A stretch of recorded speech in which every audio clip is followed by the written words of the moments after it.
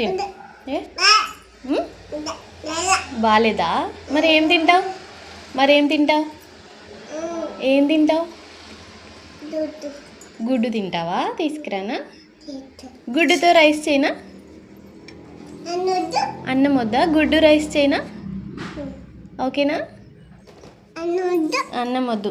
చూసారా, హెల్దీగా పాలకూర ఫ్రై చేస్తే అన్నం తినదంట, బాగాలేదంట. నా చిట్టి తల్లి కోసమే అస్సలు స్పైసీ లేకుండా తనకి నచ్చిన ఫుడ్ అయితే చేసి పెడుతున్నా. ఎగ్ ఫ్రైడ్ రైస్ చేస్తున్నా, చాలా ఇష్టంగా తింటుంది. ఫస్ట్ అయితే ఎగ్స్ బీట్ చేసుకుని ఫ్రై చేసుకున్నా.